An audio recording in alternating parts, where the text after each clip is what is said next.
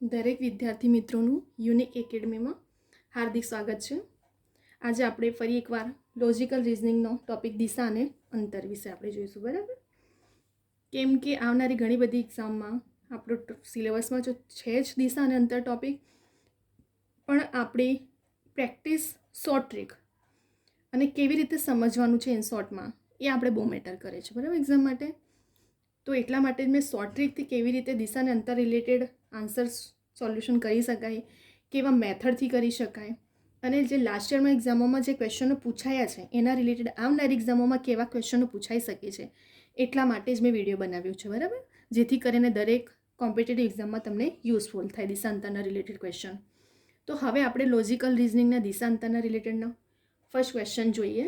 એટલે તમને લાસ્ટ બી એક વિડીયો મેં બનાવ્યું જ છે દિશા અંતર રિલેટેડ. હવે આપણે એક જોઈએ, ક્વેશ્ચન સોલ્વ કરીએ એના પ્રમાણે.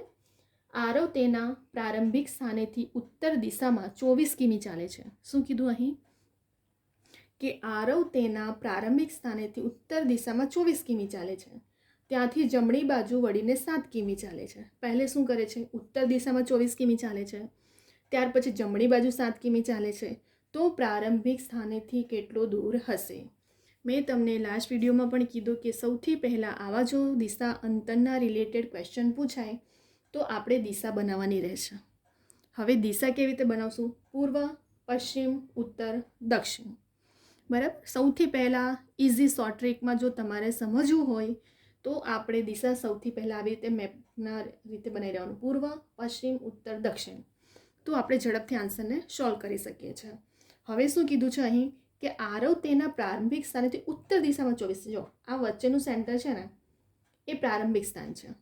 તો અહીંથી કઈ ઉપરની તરફ ઉત્તર દિશા છે, તો ઉત્તર દિશામાં કેટલા કિમી ચાલે છે? 24 કિમી. ત્યાર પછી હવે પોતે સમજો તમે અહીં છો, અહીંથી તમારો જમણો હાથ હશે, બરાબર. તો જમણી બાજુ તમે 7 કિમી ચાલે છે ફરી વળીને. પહેલાં તો ઉત્તર દિશામાં 24 કિમી ચાલે છે, અને પછી આપણે જ પોતે જાણ પ્રેશર મૂકવાનું ત્યાં કે હું જો ત્યાં હોઈશ તો મારો જમણો હાથ કઈ બાજુ દિશા તરફ હશે અને ડાબો હાથ કઈ બાજુ, કેમ કે એ દિશા પ્રમાણે કરશો ને તો તમને ઇઝી પડશે, બરાબર. શું કીધું? ઉત્તર દિશામાં 24 કિમી, ત્યાર પછી જમણી દિશામાં 7 કિમી ચાલે છે.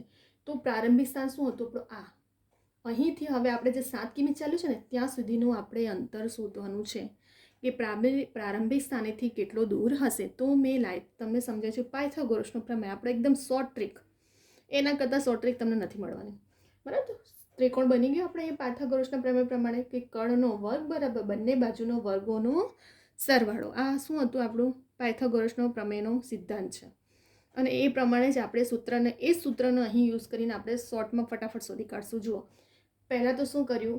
પ્રારંભિક સ્થાનેથી ઉત્તર દિશામાં ચાલ્યું 24 કિમી, ત્યાર બાજુ જમણી બાજુ વળી ગયો 7 કિમી. તો આ 24 મળી ગયું, આ બાજુ બી 7 મળી ગયું. આપણને હવે કર્ણ જ શોધવાનું રહેશે. તો એ બી સી, આ ત્રિકોણ મળી ગયું, એ બી સી. તો એસીનો વર્ગ બરાબર એબીનો વર્ગ વત્તા બીસીનો વર્ગ. આ છે પાયથાગોરસનો પ્રમેયનું સૂત્ર. એસી શું છે? કર્ણ. જે લાંબી બાજુ હોય ને એને કર્ણ કહેવામાં આવે છે. તો આપણે લાંબી બાજુ અહીં પ્રારંભિક સ્થાનથી મળી આપણને એસીનો વર્ગ બરાબર બંને બાજુનો વર્ગોનો સરવાળો. તો બંને બાજુ કઈ? એ બી અને બીસી. ચલો, એ બીનો વર્ગ એટલે 24નો વર્ગ થશે, અને બીસીનો વર્ગ એટલે 7નો વર્ગ થશે. તો 24નો વર્ગ કેટલો થાય? 576 થાય, અને 7નો વર્ગ 7 × 7 = 49. હવે 576 વત્તા 49 કરશો તો 625 તમારું શું આવશે? બંનેનો સરવાળો થશે. પરંતુ વર્ગ છે, વર્ગ એટલે વર્ગમૂળ કાઢવું પડશે. તો 625 કોનો વર્ગમૂળ છે? 25નો. 25 × 25 કરો તો 625. પછી એક્ઝામમાં ત્યાં આન્સર આપ્યો હશે ને, તમને 625 કન્ફ્યુઝ કરવા માટે પેપર સેટર બહુ માઇન્ડ ચલાવે છે, યાદ રાખજો. કોમ્પિટિશન ટફ છે તો તમને 625 પણ આન્સર મૂકશે અને 25 પણ આન્સર મૂકશે. પરંતુ તમને ત્યાં ખબર હોવું જોઈએ કે વર્ગ ઉતાવળમાં ભૂલ નહીં કરતા. વર્ગ છે એટલે હજુ એનું વર્ગમૂળ કાઢશું તો 25 × 25 કરશો ને તો 625 થશે. તો આપણે એનો વર્ગ કાઢતા એસી કેટલો મળ્યો? 25. તો પ્રારંભિક સ્થાને એસી, ત્યાંનું અંતર કેટલું એનું મળી ગયું આપણો આન્સર 25, બરાબર. ફરી એકવાર શું કહે છે? હંમેશા પૂર્વ, પશ્ચિમ, ઉત્તર, દક્ષિણ એવી 4 દિશા બનાવી લેવાનું. પછી શું કરવાનું કે તમે ત્યાં હાજર હો તો તમારો જમણો હાથ કઈ તરફ જાય છે અને ડાબો જમણા હાથના પ્રમાણે ચાલતા જવાનું. તો સમજી લો અહીં આરવ અહીંથી સ્થાન ઉત્તર તરફ ગયો, 24 કિમી ચાલ્યો, પછી જમણી તરફ વળી ગયો 7 કિમી. તો જમણી બાજુ 7 કિમી. તો હવે કર્ણનો વર્ગ એટલે પ્રારંભિક સ્થાનેથી કેટલું દૂર? તો 80નો વર્ગ બરાબર એબીનો વર્ગ વત્તા બીસીનો વર્ગ, બરાબર. શું થયો? એસીનો વર્ગ બરાબર એબીનો વર્ગ વત્તા બીસીનો વર્ગ, તો 24નો વર્ગ વત્તા 7નો વર્ગ, 24નો વર્ગ 576 ને 7 7 49, બંનેનો સરવાળો 625 વર્ગમાં થાય, તો એસી બરાબર આપણો આન્સર આવી ગયો 25. બરાબર, આ છે આપણો આન્સર. હવે આપણે નેક્સ્ટ ક્વેશ્ચન જોઈએ. આર્યન પશ્ચિમ દિશામાં ચાલવાનું શરૂ કરે છે. પછી થોડી દૂર ગયા બાદ 135° જમણી બાજુ ઘૂમી જાય છે ખૂણા પર. ત્યારબાદ તે થોડે દૂર ગયા બાદ 90° જમણી બાજુ ફરી ઘૂમી જાય છે. તો હવે કઈ દિશામાં જતો હશે? જો આ લાસ્ટ ટાઈમમાં ક્વેશ્ચનો પૂછાય છે એટલા માટે થોડું વધારે ધ્યાન આપજો અને આપણે એ પ્રમાણે સોલ્વ કરી રહ્યા છે એક્ઝામ્પલ. બરાબર, શું કહે છે? મેં તમને સૌથી પહેલાં કીધું, સૌથી પહેલાં આપણે પૂર્વ, પશ્ચિમ, ઉત્તર, દક્ષિણ દિશા ફટાફટ એક્ઝામમાં આવે ને એટલે દોરી લેવાનું આપણે, જેથી કરીને આપણને ઇઝી પડે. બરાબર, તો ચલો, આર્યન શું કહે છે કે આર્યન પહેલાં તો પશ્ચિમ દિશામાં ચાલવાનું શરૂ કરે છે, પછી થોડે દૂર ગયા બાદ 135° જમણી તરફ ઘૂમે છે અને ફરી દૂર ગયા પછી 90° જમણી બાજુ ઘૂમી જાય. ચલો, પૂર્વ, પશ્ચિમ, ઉત્તર, દક્ષિણ. હવે 135 એટલે આ 90, આ 90, આ 90, ના 90, ચારે ચાર ખૂણા કેટલા અંશના હશે? 90 90 90 90. બરાબર, એવી રીતે ચાલે છે આપણો. તો આ ખૂણો શું હોય? એને કાટખૂણો બને એટલે 90 90 નો થાય. તો 135 એટલે આ ટોટલ અહીં સુધી આવશે 135. બરાબર, આપણે કોણ માપક જ્યારે મૂકીએ તો આપણો એ પ્રમાણે જઈએ તો 90 ને 90 ને 90 કરીએ આપણે, તો 90થી અહીંયા 90 પછી શું આવશે? 100, પછી 120, 125, એ રીતે 135 એટલે આખું ટોટલ તો બધું નહીં આવે ને, બસ અહીંથી અહીં 135 સુધી આવશે, કેમ કે અહીં તો ટોટલ 180 થઈ જશે. બરાબર, તો 135° ઘૂમ્યા. ત્યાર પછી થોડી દૂર ગયા બાદ ફરી 90° ફરે છે. હવે 90° એટલે ફરી અહીંથી પાછું 90° એટલે આખું નહીં હશે, કેમ કે અહીં તો અડધું બાકી છે, હજુ આટલું અડધું બાકી, પછી અડધું બાકી, તો આટલું અહીંયા સુધી જ આવશે ને 90°. તો હવે કઈ દિશા આવી? તો આ તો નહીં પૂર્વ બાજુ રહ્યો ને દક્ષિણ બાજુ, એટલે વચ્ચે. તો આપણે વચ્ચેની કઈ દિશા આવે? ઈશાન, અગ્નિ, નૈઋત્ય, વાયવ્ય. બરાબર, આ પૂર્વ, પશ્ચિમ, ઉત્તર, દક્ષિણ. તો આ શું છે? ઈશાન, અગ્નિ, નૈઋત્ય, વાયવ્ય. તો વચ્ચેનો જે સેન્ટર એનો આવ્યો તે અગ્નિ દિશા મળી આપણને. કઈ દિશા મળી? અગ્નિ દિશા મળી. ફરી એકવાર સમજાવું છું. સૌથી પહેલાં શું કરવાનું? આવું ખૂણો અંશ પ્રમાણે ફરવાનું કે ને, તો પૂર્વ, પશ્ચિમ, ઉત્તર, દક્ષિણ. હવે જે કાટકોણ બને છે ને, તો 90 90 90 ને 90 હશે. બરાબર, 135° જમણી બાજુ ઘૂમે છે. હવે 135 આ તો 90 છે, પ્લસ 90માં બાકીના 100, 10, 20 એવું તો આ આખું તો 180, આપણે તો 135 જોઈએ, તો બસ અહીંયા સુધી સમજો કે 135 આવ્યો છે. બરાબર, હવે થોડે દૂર ગયા બાદ ફરી 90 ફરે છે, તો 135 અહીં છે, તો બાકીના 45 અહીં રહેશે અને બાકીના 45 આટલું, તો 90 બની ગયા આપણું. તો આ દિશા કઈ મળી આપણને? પૂર્વ નથી, અગ્નિ છે. ઈશાન, અગ્નિ, નૈઋત્ય, વાયવ્ય. અહીં મળત ને તો પૂર્વ, પરંતુ આપણને વચ્ચે મળી છે એટલે અગ્નિ. તો આપણો આન્સર કઈ દિશામાં છે જતો હશે? અગ્નિ દિશામાં જતો હશે. બરાબર, આપણે હંમેશા યાદ રાખવાનું કે જ્યારે દિશા અંતરના રિલેટેડ ક્વેશ્ચન પૂછાય તો પહેલાં પૂર્વ, પશ્ચિમ, ઉત્તર, દક્ષિણ, બીજા ઈશાન, અગ્નિ, નૈઋત્ય, વાયવ્ય. આ કેટલો અંશનો હોય? 90 90 90 90. 135 કે તો 90 પ્લસ થોડો આગળ જ હશે કે 180ની ઉપર, તો 135 મળી ગયું. ફરી બાકીનો 45° અહીં બાકી રહ્યું, 180માંથી બાકીનો 45, તો અહીં 45 ને બાકીનો 45 એટલે 90° થઈ ગયો ટોટલ અહીં સુધી. તો આપણે કઈ દિશામાં એ ફરી રહ્યો છે? અગ્નિ દિશામાં. ઈશાન, અગ્નિ, નૈઋત્ય, વાયવ્ય. બરાબર, તો અહીં આપણા દિશા અંતરના રિલેટેડ ક્વેશ્ચન પાયથાગોરસના પ્રમેય પ્રમાણે, ત્યાર પછી ખૂણો, કાટકોણ ત્રિકોણની રીતે, બરાબર, એ રીતે શોર્ટ ટ્રીકમાં તમે એક્ઝામમાં સોલ્વ કરી શકો છો. અને આ શોર્ટ ટ્રીક બેટર છે તમારા માટે, કેમ કે તમે ઇનશોર્ટમાં તમને સમજ પડવી જોઈએ. બરાબર, કે આપણે પેપરમાં કન્ફ્યુઝન ના થાય. સૌથી પહેલી દિશા દોરો, પૂર્વ, પશ્ચિમ, પણ દિશામાં કન્ફ્યુઝ નહીં થઈને આવતા કે પછી હું ઉત્તર કરી દઈશ, ઉપર દક્ષિણ, નીચે ઉત્તર કરીને આવશો અને પૂર્વ આ બાજુ ને પશ્ચિમ પેલી બાજુ, એવું નહીં કરતા. પૂર્વ, પશ્ચિમ, ઉત્તર, દક્ષિણ આવી રીતે જાતે દોરીને, અને ત્યાર પછી પ્રારંભિક સ્થાન એટલે વચ્ચેનું સેન્ટર હોય તે ત્યાંથી સ્ટાર્ટ કરવાનું.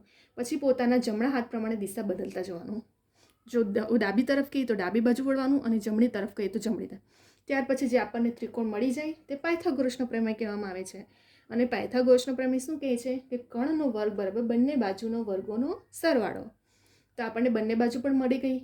તો અને આ તો મેં તમને આખું સ્ટેપ બાય સ્ટેપ એક લખું છું, જેથી કરીને તમને સમજ પડે. બરાબર, મેં દરેક સ્ટેપ બાય સ્ટેપ બધું લખ્યું છે. આપણે એક્ઝામમાં આટલું બધું સ્ટેપ બાય સ્ટેપ થોડી ત્યાં લખવા જવાનું છે. આપણે તો ફટાફટ 24 ને 7 મળી ગયો, તો 24નો વર્ગ કરી નાખો ને 7નો વર્ગ કરી નાખો, બંને વર્ગોનો સરવાળો કરીને વર્ગમૂળ તરત જ નીકળી જશે. બરાબર, તો આપણે આને શોર્ટ ટ્રિકમાં આવી રીતે ગણી શકાય છે દિશા અને અંત. અને આવા ક્વેશ્ચનો મોસ્ટલી આવનારી એક્ઝામ લાસ્ટ યરમાં તમે ઘણા બધા પેપરો જોશો ને તો આવા ટાઈપના ક્વેશ્ચનો પૂછાયા છે અને હવે પણ પૂછાશે. તો પછી આપણે પેપરના ક્વેશ્ચનના એકોર્ડિંગ લાસ્ટ યરના અને આવનારી એક્ઝામમાં જે આપણે સિલેબસમાં છે લોજિકલ રિઝનિંગના, તો આપણે એને શોર્ટ ટ્રીક શોર્ટ મેથડથી આવી રીતે આપણે એને સોલ્વ કરી શકીએ છીએ, બરાબર. જેથી કરીને આપણને આવનારી એક્ઝામમાં પણ પ્રેક્ટિસ બહુ ઇમ્પોર્ટન્ટ છે તમારા માટે. લોજિકલ રિઝનિંગમાં તમે આનો સ્ક્રીનશોટ લઈ શકો છો, નહીં તો તમે ડાઉનલોડ કરીને પણ જાતે પણ આવી રીતે સોલ્વ કરો, જેથી કરીને તમારી પ્રેક્ટિસ થાય અને આવનારી એક્ઝામમાં તમે રિવિઝન કરવા માટે પણ તમને વધારે બેટર રહેશે. તો અહીં હવે આપણે લોજિકલ રિઝનિંગ દિશા અને અંતરના રિલેટેડ ક્વેશ્ચનો 2 સોલ્વ પણ થઈ ગયા છે. તમે આ વિડીયોને તમને આ ટ્રીક ગમે છે તો લાઈક કરો, શેર કરો, કમેન્ટ કરો, બીજા બધા સ્ટુડન્ટને પણ શેર કરો, દરેક સ્ટુડન્ટ સુધી આ વિડીયો પહોંચે જેથી કરીને, બરાબર. કેમ કે દરેક સ્ટુડન્ટ રીતે મેં તમને વિડીયોમાં બોલું છે કે દરેક સ્ટુડન્ટ્સ કોચિંગ એફર્ટ નથી કરી શકતા. યુટ્યુબથી પણ તમે વિડીયો મેળવી શકો છો. તમે મારા દરેક વિડીયો જોશો તો તમને શોર્ટ ટ્રીક અને રૂલ્સ રેગ્યુલેશનના એકોર્ડિંગ હું ફક્ત અને ફક્ત ઓથેન્ટિક બુકને જ માન્ય રાખું છું અને ઓથેન્ટિક બુકમાંથી જ હું તમને પ્રિપરેશન કરાવું છું. કેમ કે જ્યારે ફાઇનલ આન્સર કી બને છે ત્યારે કોઈ પણ બુકના આન્સર માન્ય ગણાવતા નથી. ફક્ત ઓથેન્ટિક બુક જે ગવર્મેન્ટ દ્વારા પબ્લિશ થાય છે એના જ આન્સરને માન્ય ગણવામાં આવે છે. એટલા માટે જ મેં દરેક ગુજરાતી ગ્રામર હોય, ઇંગ્લિશ ગ્રામર હોય કે પછી ગમે તેટલા મેથ્સના કે લોજિક, હું એ જ રૂલ્સ રેગ્યુલેશનના એકોર્ડિંગ જ દરેક નિયમો તમને ભણાવું છું, જેથી કરીને તમને ગોખું કે મોડે ના કરવું પડે. ફક્ત નિયમને સમજો, એના રૂલ્સને સમજો, એના નિયમ સમજો ને તમને લાઈફ ટાઈમ યુઝફુલ છે. આ દરેક મારા વિડીયો જોશો તમને દરેકની શોર્ટ ટ્રીક, દરેકના નિયમો, પછી ઇંગ્લિશ ગ્રામર હોય, ગુજરાતી ગ્રામર હોય, લોજિકલ રિઝનિંગના હોય કે પછી બીજા બધા ટોપિકના રિલેટેડ હોય, બરાબર. તો તમને દરેક વિડીયોનો જુઓ અને બીજાને પણ શેર કરો, પોતાની નોટબુકો બનાવો જેથી કરીને રિવિઝન કરી શકો તમે જાતે. તમને આવી ટ્રીકો પણ ખબર પડશે અને બીજા બધા પણ સોલ્વ કરતા રહેશો તો તમને મારા વિડીયો જોતા રહેજો. આવનારી ઘણી બધા ટોપિકો હું કેટલી બધી ટોપિક એવા છે અને હું સિલેબસના એકોર્ડિંગ જ લઈને આવીશ જે દરેક સ્ટુડન્ટને યુઝફુલ રહેશે અને દરેક સિલેબસ દરેક કોમ્પિટિટિવ એક્ઝામ માટે યુઝફુલ છે, બરાબર. તો અહીં આપણે વિડીયોને સ્ટોપ કરીએ છીએ. હવે આપણે નેક્સ્ટ વિડીયો જોઈશું.